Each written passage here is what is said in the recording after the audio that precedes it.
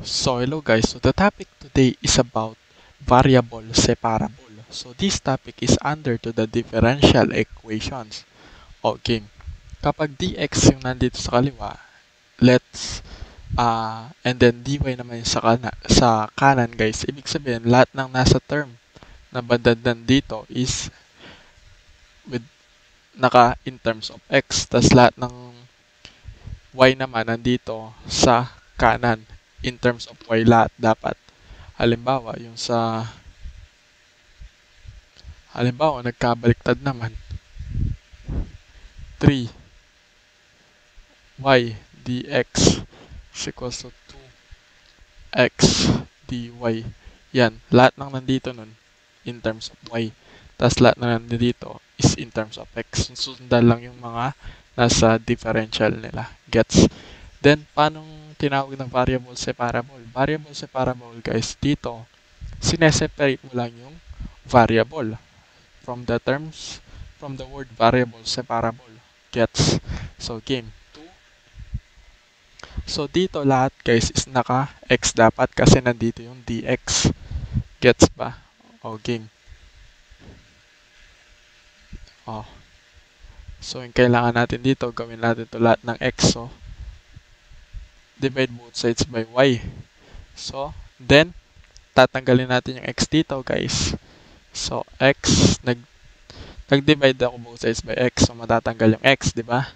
So, dito naman matatanggal yung y. So, ano yung natira? 2 dx all over x equals to 3 dy all over y. Gets? So, and then yung mga constant na to guys, eto, kahit saan, pwede mo sila lagay. Pwede mong divide sila ng 2. Tapos ito naman, divide mo ng 3. Ganun guys. Kumbaga, madidivide din pala to ng 2 din nun. So, hindi ko na sinama yung mga coefficient guys kasi magiging fraction. Mahirapan na tayo. Kumbaga, pangit tignan. Para mas madali, ganito na lang. Then, katapos nito, guys, is integrate them both sides. I-integrate yan kapag na-separate na natin yung y and x. So, 2, the integral of dx all over x is ln of x equals to 3. Integral of this one is ln of y plus c. Or, from the loss of ln guys, n lx equals lang yan sa ln of x raised to n. Yung y magiging exponent guys. Get? So, ln of x squared, eto magiging exponent, eto rin magiging exponent, plus c. Then yung y lipat natin sa kabila, x squared minus ln of y cubed is equals to c. Note that ln of x minus ln of y is equals to ln of x all over y, or ln of x plus ln of y is equals sa ano yan, di ba? ln of x and y. Multiplication siya guys.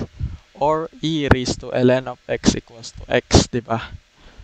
Or ln of e is equals to 1. Di ba? The ln of e is equals to 1. Yan yung mga properties nila. So, halimbawa, ito, ano yung kamukha niya? Subtraction. So, ito nun. So, ln of x squared, yung minus sign, yun yung nasa baba, which is y cubed is equals to c. Yan. And then, para matanggal yung ln guys, raise natin ng e both sides. So, magiging ganito yung kalalabasan yan. X squared all over y cubed is equals e raised to c. Ito, makakancel from e raised to ln. Diba guys? Makakancel to, matitira x. Kaso dito, matitira naman yung ito. Yung x squared over y cubed is equals to e raised to c is still a constant. E is a constant. 2.71 yan, diba? And e raised to c is still a constant pa rin guys. C. Then cross multiply, x squared is equals to c y cubed Gets guys? So yan, pwede na yan final answer. Sa differential equation, maraming pwedeng format na maging sagot. An example of this one guys.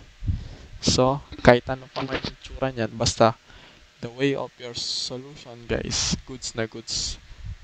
Nagkakatalo lang sa final answer, pero same pa rin yun guys. Gets? So, yung iba, pwedeng gawing C, x squared all over y cubed. Tama pa rin yan. So, pwede na to, kahit ano. Depende sa trip nyo guys. Game, next. So, first, separate the variable. So, nandito yung dx. So, lahat nandito is in terms of x. Lahat na nandito is in terms of y. So, y ln of x ln of y dx plus dy is equals to 0, guys. Gets? So, yung dito naman, guys, pwede nating by what? Tawag dito. Kailangan muna natin i-separate yung mga variable nila. Paano natin siya separate yan, guys? So, pwede natin ma-separate yan by what? So, if mamanu-manuin yan, guys, so y, so pagsama muna natin yung y ln y, then ln of x dx plus dy is equals to 0. Yan, di ba? Which is, ito is hindi na natin kailangan. Dapat ito is nandito sa denominator nito, di ba guys? So, ln of x dx plus dy all over y ln of y gets equals to 0. O, next. Etong ln of x, guys, since na-separate na natin sila, integrate na. Pag nag-separate na, pwede na tayo mag-integrate. So, eto. Uy, mali. Eto, integral of ln of x dx. So, this will be an IBP, the integration by parts, or the LIATE, logarithmic, inverse, algebraic, trigo, and exponential. Since nauna is L, which is ln of x. So, yung magiging ln of x natin nun is what? U is ln of x. What is the derivative of ln of x? Dx all over x. Tapos yung dv natin nun is what? Is dx. Then, integrate lang natin yan, di ba guys? From integration by parts. LIATE. uv, the formula minus is the integral of v du. Gets? So, u v minus the integral of v du plus dy y ln of y is equals to integral of 0. Pag nag-integrate, guys, yung plus c laging nasa kanan. So, yung u natin is ln of x minus integral of v. Ano yung v natin is x. Plug and play lang, guys. Tapos yung du is dx all over x. Plus. So, dito pala. Eto. Anong u natin dyan? ln of y. Tapos yung du natin dy over y, diba? Plus. So, dy over y. So, from the integral, guys, ito yun. Etong dy all over y is equals yan sa du. While the ln of y is equals to u is equals to 0. So, ito, cancel na to. So, ln of x minus the integral of dx, guys, x, diba? Plus, the integral of du all over u is ln of u. Pero ano yung value ng u natin? Lagay na natin, guys. So, ln of u. Ano yung value ng u natin, guys? Eto yun, diba? ln of y equals c. Yung c palaging nasa kanan, guys. Gets? So, yan. Pwede na maging final answer yan. O kaya yung iba, yung ayaw nilang may negative. So, ln of x plus ln of y is equals to c. And then yung x lilipat lang sa kabila para maging positive. So, pero same lang yung sagot na yan guys. Gets? Oops, may nakalimutan ako. U, sorry. Di ba yung u natin ano? ln of x. Yung v natin is x, di ba? So, may x siya dito. Sorry, buti nakita. So, x ln of x. Yan. Nakalimutan lang. Gets naman yun, di ba guys? Plug and play lang. Yung u is ln of x. Yung v is x. Ito yung x. V. Tapos ito yung u. Tapos v natin is x. Tapos yung du natin is dx all over x. Gets? So, yun yung final answer natin guys. O, next.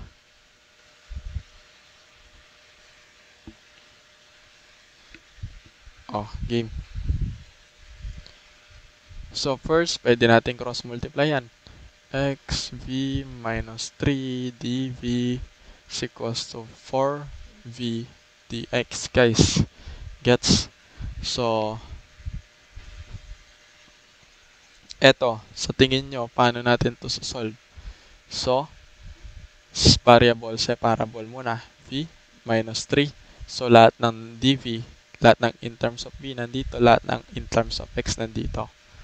V dv is equals to 4v dx, diba? So, divide both sides ng, so may x to. Hindi natin kailangan yung x dito kasi naka-dv to. Tapos dito naman, hindi natin kailangan ng v dito. So, dito naman, yan. So, magka-cancel lang yan, guys. So, v, cancel. Yung x, cancel. So, ano natira? Oops. V pala to. All over v is equals to 4 dx all over x, guys. Gets pa? Gets. So, next. Integrate them both sides. So, kapag yung ganito yung formation niya, guys, dapat yung tawag dito, yung exponent na numerator is greater than, guys, sa denominator. So, pag greater than siya, guys, pwede natin yung i-divide. So, pwede natin siyang i-divide. So, v minus 3v. Ito yung nasa loob, ito yung nasa labas. So, divide natin to, ano, 1, diba? The v divided by v is 1. So, 1 times v is v. So, minus. So, cancel na to. So, negative 3, bring down.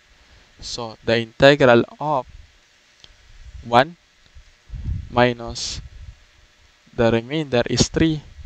And then, this 1v dv is equals to what? 4 dx all over of x, guys. Gets? Or, pwede rin naman gawin to, guys. If di na kayo marunong mag-divide, pwede to. Separate. Since isa lang yung nasa denominator, pwede natin sila separate isa-isa. So, v all over v minus 3v dv. So, integral of v divided by v is 1 minus 3v dv. So, pares lang sila, diba, guys? Tsaka to. Then, integrate na natin sila 1 by 1. Distribute the dv. Distribute lang yan, guys. Dx all over x. So, eto, v minus 3 ln of v is equals to 4 ln of x, guys. Gets? Then, huwag kakalimutan ang plus c. Gets, guys? Yeah. Yan, pwede nang sagot yan, guys. O, next tayo.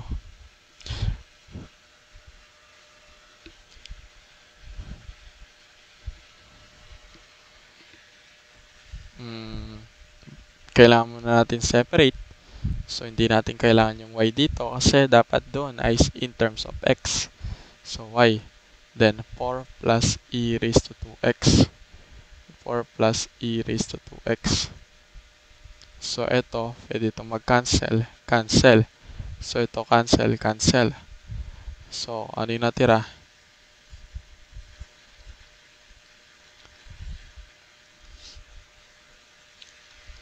So, yan, di ba guys? Na-separate na natin siya.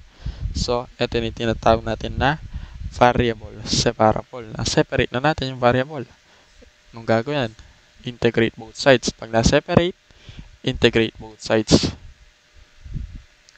So, yung u natin dito, 4 plus e raised to 2x, the denominator, di ba? Then, the du of this is 2e raised to 2x, the derivative of this, guys. So, ito, constant. So, ito naman is eu du. Gets? So, yung u natin dyan, yun yung 2x. Kaso, dito is 2x dx lang. Oops, nakalimutan ko yung dx. So, ito lang yung kailangan natin. So, anong gagawin? Divide by 2. Yan. Diba, guys? So, meron na tayong value ng e2x dx. So, ito yun, which is du all over 2. So, ito naman, which is u. So, the integral of du all over 2 over u is equals to integral of dy all over y. So, yung 1/2 labas ko, 1/2 du all over u, dy all over y. So, 1/2 of the integral of this, the ln of u, which is the u is 4 plus e raised to 2x equals to ln of y plus c. Or, pwede natin gawin to simplify this, guys. Pwede naman natin siyang tanggalan ng 2 by multiplying both sides by 2. So, ito cancel. Ang natira is equals to, ito naman madidistribute isa-isa, 2 ln y plus 2c, which is 2c is still a constant, guys. So, c na lang, guys. Then, etong 2 naman, guys, is what? Pwede natin siyang gawing exponent, guys. Yung pag nakita kong properties sa inyo sa taas, guys. Yan. So, 2 ln of y is equals to ln of y squared. Gets? So, eto naman, guys, is pwede natin itong erase both sides by e. Or, depende sa trip nyo, etong ln of y squared, pwede mo lipat sa kabila para maging siyang tawag dito, fraction. Parang ganito, guys. So, lipat natin yun. Is equals to c. ln of 4 plus e raised to 2x all over y squared is equals to c. So, i-write in both sides, guys. So, cancel to. So, anong natira? 4 plus e raised to 2x all over y squared, diba? Ito na lang natira. Kaso yung e raised to c is still a constant. So, c na lang nun. Then, cross multiply. 4 plus e raised to 2x equals to cy squared. So, ito na yun, guys. Gets, guys? O, next. Sakto lang. So, ang tawag sa mga solution na sinunod natin kanina is general solution.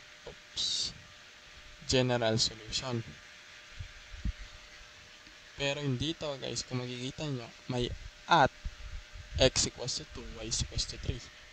Paano yan? So, solve natin. 2x, y. The y prime is still dy all over dx, 1 plus y squared. Then, cross multiply.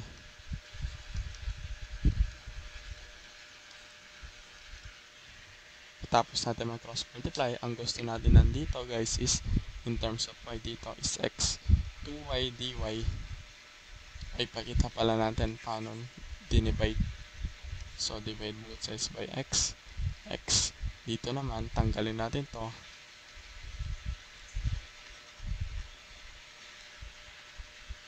So, cancel, cancel. So, ito, cancel, cancel. Ang natira is 2y dy all over 1 plus y squared is equals to dx all over x. So, yung unit to guys is 1 plus y squared.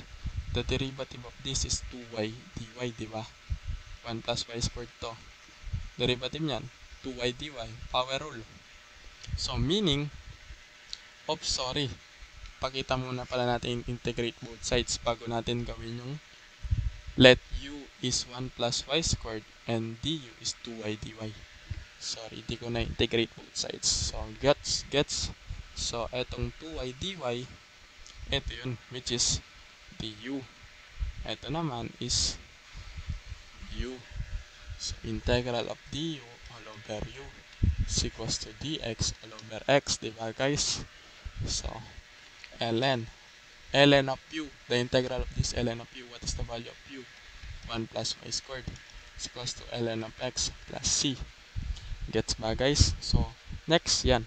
Pwede natin gawin ulit yung mga rules about sa logarithmic, sa natural log. So, pwede natin gawin ano to. For this time, erase natin ang both sides. Guys, so, magiging kalalabasan yan is ln of 1 plus y squared is equals to e raised to ln of x plus c, diba guys? So, ln of 1 plus y squared is equals to e raised to ln x, then e raised to c, multiply by e raised to c, kasi xm multiply sa xn is equals to xm plus n with the same base from the loss of exponent, guys. Sa tingin ko, alam nyo yun, guys. So, pwede natin itong cancel to. So, x na lang natira dito. Tapos, ito na lang natira dito. So, 1 plus y squared is equals to x multiply sa, this is still a constant. Gets ba guys? Na still constant pa rin yun. 1 plus y squared is equals to cx. Pinag-times ko lang to. Ito yung tinatawag nating general solution. Paano na yung mga value na to? Paano gagamitin? Sa substitute lang yan to get the value of c. When x equals to 2, 1 plus y squared equals to cx, x equals to 2, y is equals to 3, diba? Check natin, 2y is equals to 3. So, yung 1 plus y squared, yung y squared gawin natin 3 squared since ito yung value niya. Equals to c, then yung x is gawin natin 2. So, 1 plus 3 squared is 10 is equals to c, 2. Divide both sides by 2, c is equals to 5. So, copyain lang to, palitan yung c ng 5. 1 plus y squared is equals to 5x. So, ito na yung final answer para sa particular solution. Ito, general solution. Ito, particular solution. Yung may value ng c. Gets naman, no? O, proceed tayo sa next. So, ito. Lahat ng x nandito, lahat ng y nandito. Diba, guys? So, ano yan? Ganun pa rin. We need to separate them.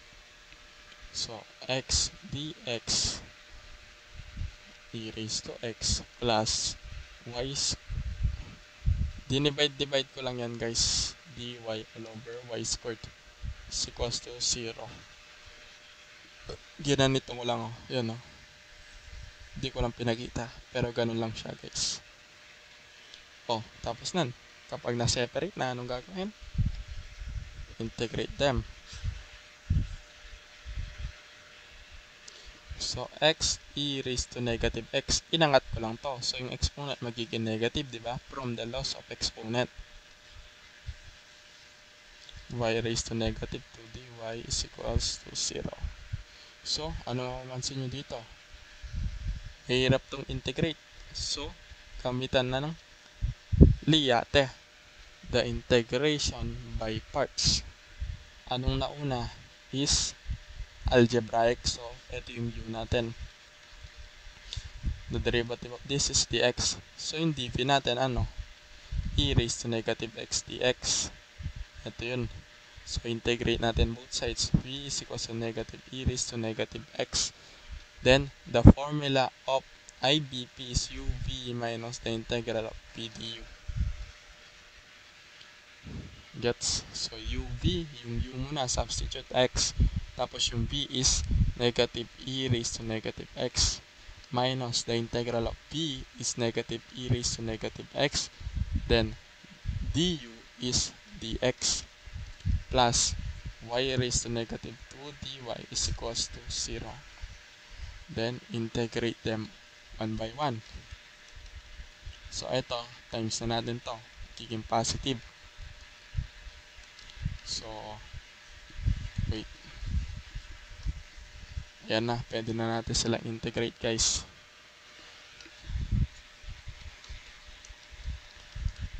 Oops. Plus, so anong integral ng e raised to negative x, guys? Diba ano? Negative e